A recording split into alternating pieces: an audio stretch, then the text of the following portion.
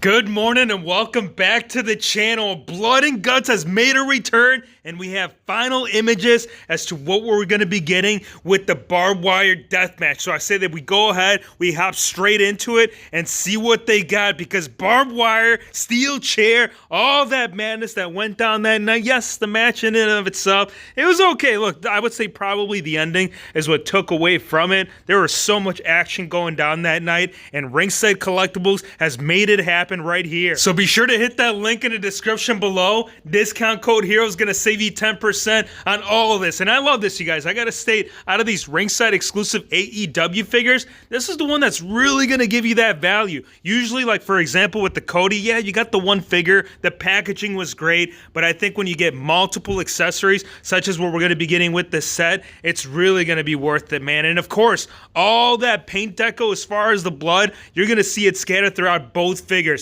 Really cool to get straight into this. Check out Moxley. Now, we are getting a new scan, and I would say appropriately the correct expression, that screaming look, this might be the best out of the three so far. First one was like, yeah, I like it. Second one, they kind of took a step back, but this one is revamping it, bringing it all the way around, even with the cloth goods, man. Now, you really don't say that when it comes to the AEW Unrivaled series, and we will get into that in just a sec, but I think for Moxley, they definitely did him right. Also, if you look at the way that they did the wraps around the hands, it kind of has like a small tint to it. It has like a dirty look to it, which actually works, because I mean, if you're covered in blood, if you're beating your opponent down to a bloody pulp, I think that was captured accordingly. And Kenny Omega too, check it out, man. Not only is it scattered on the face and the actual body as well as the shirts, but you're even going to get it in the hair. You can't just keep it away, dude. If you got blood, you can't take a little commercial break. You gotta be like, dude, I gotta wipe this off, man. We're in the middle of a death match. No, Kenny Omega, he brought fire, so be sure to drop a like if this set right there is gonna look good within your AEW display. And that Kenny, dude,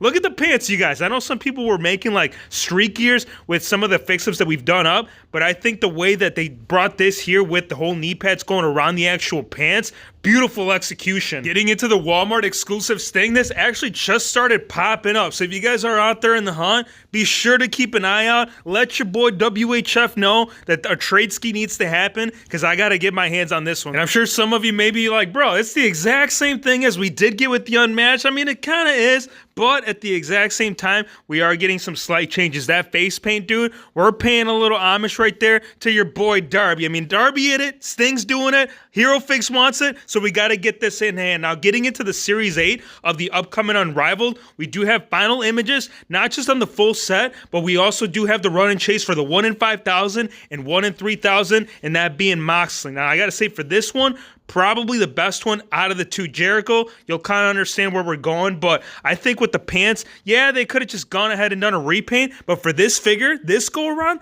they actually managed to capture that look within the short looks, which works well. The rubber jacket, yeah, not so much. I mean, they wouldn't have been able to execute the design if they'd gone with fabric, but I still would have preferred to love to see that. Now, here's the Jericho, and this is kind of what we're talking about. Like, jacket, love it. No face paint. You would actually think to yourself, like, if you were out there putting these figs out, you'd make this part of the regular one, but I feel like the regular one, once you guys see it, you kind of know where we're getting into that direction. Back of the jacket, you'll see a lot of the same similarities that we're going to get into with the regular version. Now, here it is. This is what we mean, right? So we got the solid black pants, so really nice, you guys, because it's all based on budget. Anybody that's been messing around with them figgies, you guys know that they got to break this up. So the fact that AEW was able to do that, this is so cool. Jacket right there, solid black going on in the back. Now here's the Jericho. Now the face paint, for any man, you'll usually tell you like, yeah, dude, give me the face paint. If that's going to be the rare chase, that's the one that I want, but not this go around. If you look at the scan on this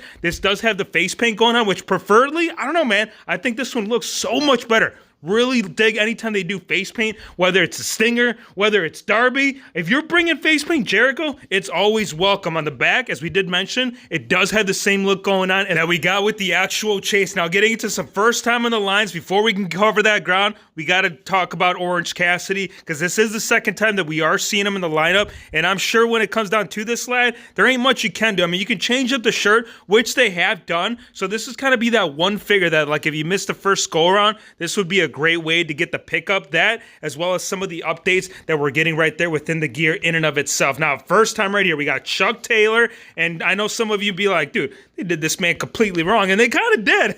Like, look at this guy smile. I can't figure out whether he's like yelling at you that he's coming at you, or he's like, oh my gosh, you scared the hell out of me, because that's kind of my first reaction. But again, these are images, and I'm sure once we actually do get it in hand, we may get something a little bit different with the Kentucky Gentleman. Now getting into Trent, and I know the man's always questioning like, am I Trent Barrera? Is that the name that died in WWE and was rebirthed as a brand new superstar in AEW? And yeah, if that is your question, Mr. Trent, that's your answer that you're gonna get right now. So don't worry about the fact of whether the big dog is coming after you, because I would say that was the most comment within the comment section when this went up. Like, is that Roman Reigns? Is he disguising himself to go join another brand so that way Vinnie Mac don't get after his nuts? That might be the case, but on the back, it'll assure you it's definitely Trent.